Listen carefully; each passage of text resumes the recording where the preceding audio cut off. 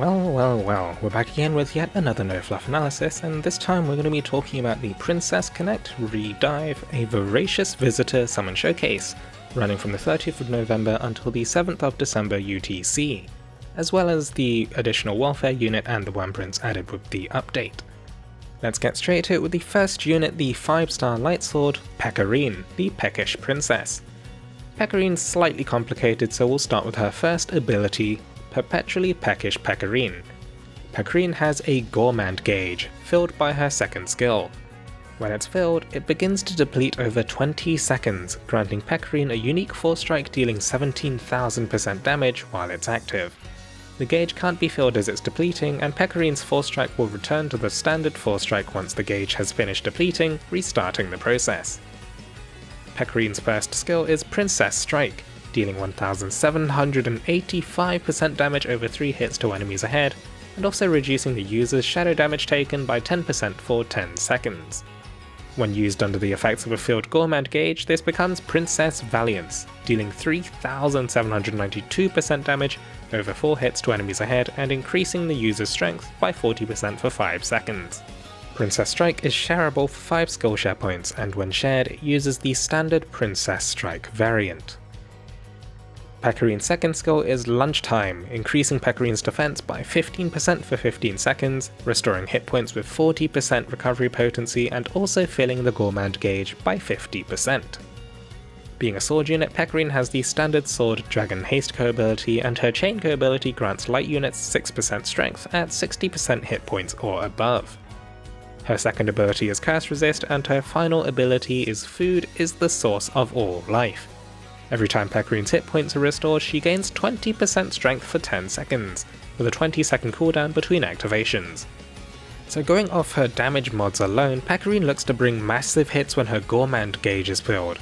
She should be able to rattle off huge amounts of damage within her 20-second Gourmand window. With the right rotation, you should also be able to easily buff 4 strikes with the Princess Valiant strength buff as well, leading to even junkier hits. Pecorine also has the advantage of not relying on paralysis.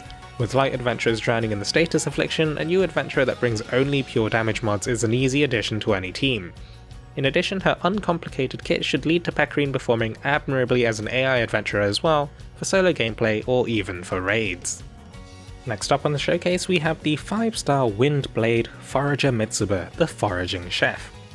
Forager Mitsuba's first skill is Fiend Ikejime, dealing 1,240% damage over 8 hits to a target and nearby enemies, inflicting bleed. This is shareable for 6 skill share points. Forager Mitsuba's second skill is Fiend Banquet. Mitsuba gains a new dish buff for every 15 hit combo, stacking up to 3 times. When Mitsuba uses Fiend Banquet, she creates a buff zone for 15 seconds with increasing number of effects equal to the number of new dishes she has.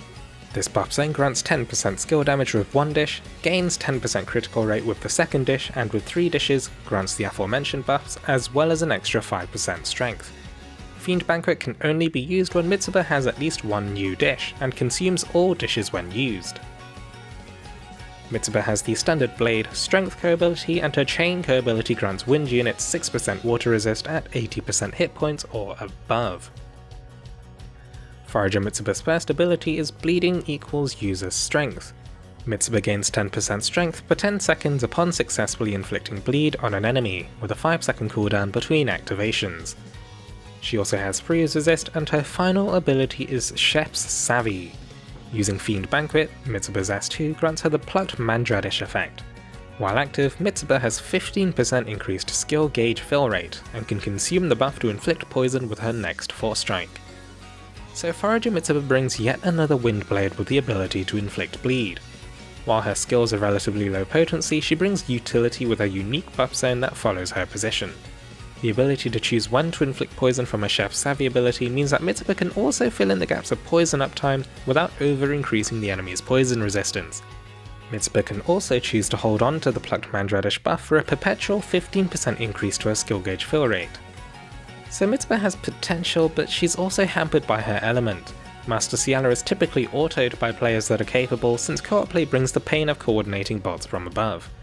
With the wind meta so heavily focused around Templar Hope and Lowen, as well as a deluge of double buffs, Mitsuba's inability to natively contribute to the wind double buff meta leaves her in a bit of a sore spot. That's not to say that she's unusable, but Forager Mitsuba players are more likely to be tolerated than actively sought for, since bleed isn't the powerhouse DPS mechanic that it used to be. The dragon added on the showcase is the 5-star light dragon Lumière Pandora. Lumière Pandora's skill is Burst of Happiness, increasing the user's strength by 25% and critical rate by 15% for 15 seconds. Lumière Pandora's ability grants light units the Emissary of the Box of Hope, increasing the user's strength by 20% for every stack of Joyful Radiance they have.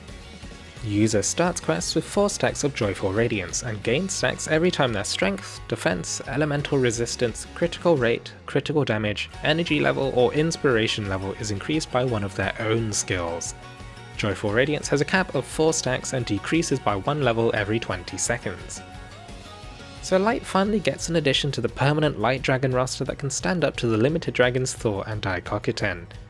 Lumière's damage mods aren't quite at the level of Daikokuten's as well as lacking party buffing utility, but for adventurer types that struggle to maintain combos such as axes and blades, Lumière Pandora is a viable substitute, so long as you're able to trigger the ability through buffs.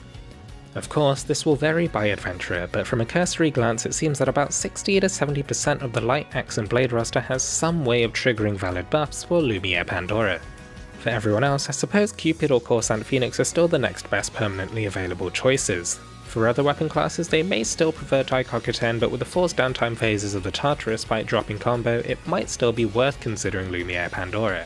I don't think she'll outright replace Daikokuten or Thor, but if you're lacking either of those options, then Lumière Pandora does become a viable choice. Meanwhile, also added with the raid, we have the 5-star welfare water wand, Forager Cleo, the Bell Forager. Forager Cleo's first ability is slightly complicated and modifies the way she plays, so we'll handle that first.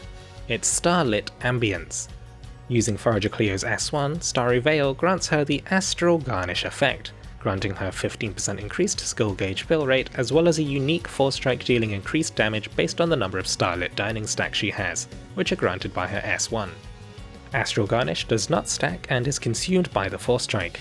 The unique 4-strike deals 2 hits per stack of Starlit Dining to a maximum of 8 hits for 1584% damage total. Forager Cleo's first skill is Starry Veil, dealing 1190% damage over 6 hits to a target and nearby enemies, granting a stack of Starlit Dining as well as enabling the Astral Garnish effect.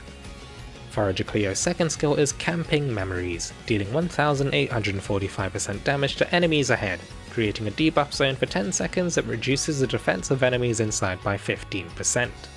This skill has Skill Shift, with Phase 2 granting 2 stages of energy and Phase 3 granting 3 stages of energy.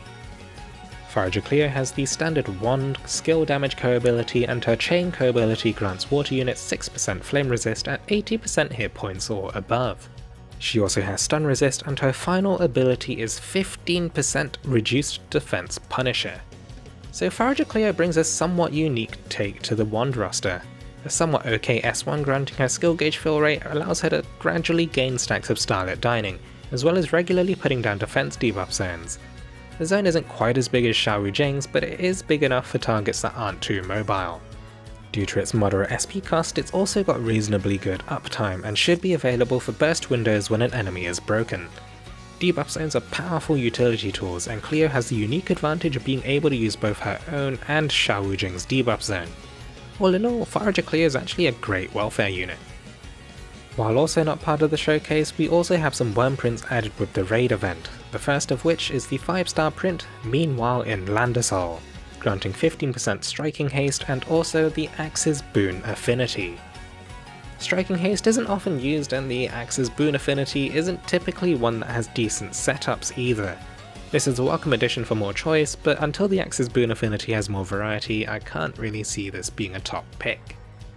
The second print was added with the raid and is the 5-star raid print Pecorine's Grand Adventure, granting 13% strength at 70% hit points or above, as well as the Dragon's Boon Affinity. Well, it's a conditional strength ability with the Dragon's Boon Affinity. I feel that 5-star Wyrmprint slots are very competitive though. Most dragon-oriented setups will have slots occupied by a skill damage print, Dragon's Claws or skill, and maybe an Affliction Punisher. I don't think this print will find its way into optimized setups, but if you're looking for something simple and you've just started off in the game and don't have the specific affliction punishers, then this is something easy to slot in, and, well, it'll get superseded, but at least it's cheap. In terms of an overall review of this showcase, I'd say that both Pecorine and Lumière Pandora are great permanent additions to the light roster. Since the most powerful adventurers and dragons within the light roster are all limited, this showcase is recommended for newer players who are lacking powerful options within their light teams. Forager Mitsuba is fairly low mods and the wind meta is largely focused around double buffs. Mitsuba doesn't really contribute to this, so I can't really recommend aiming for her. In a nutshell, Pecorine and Lumière Pandora are good for new players or for those lacking powerful light units, and Mitsuba is only really an option for fluff reasons.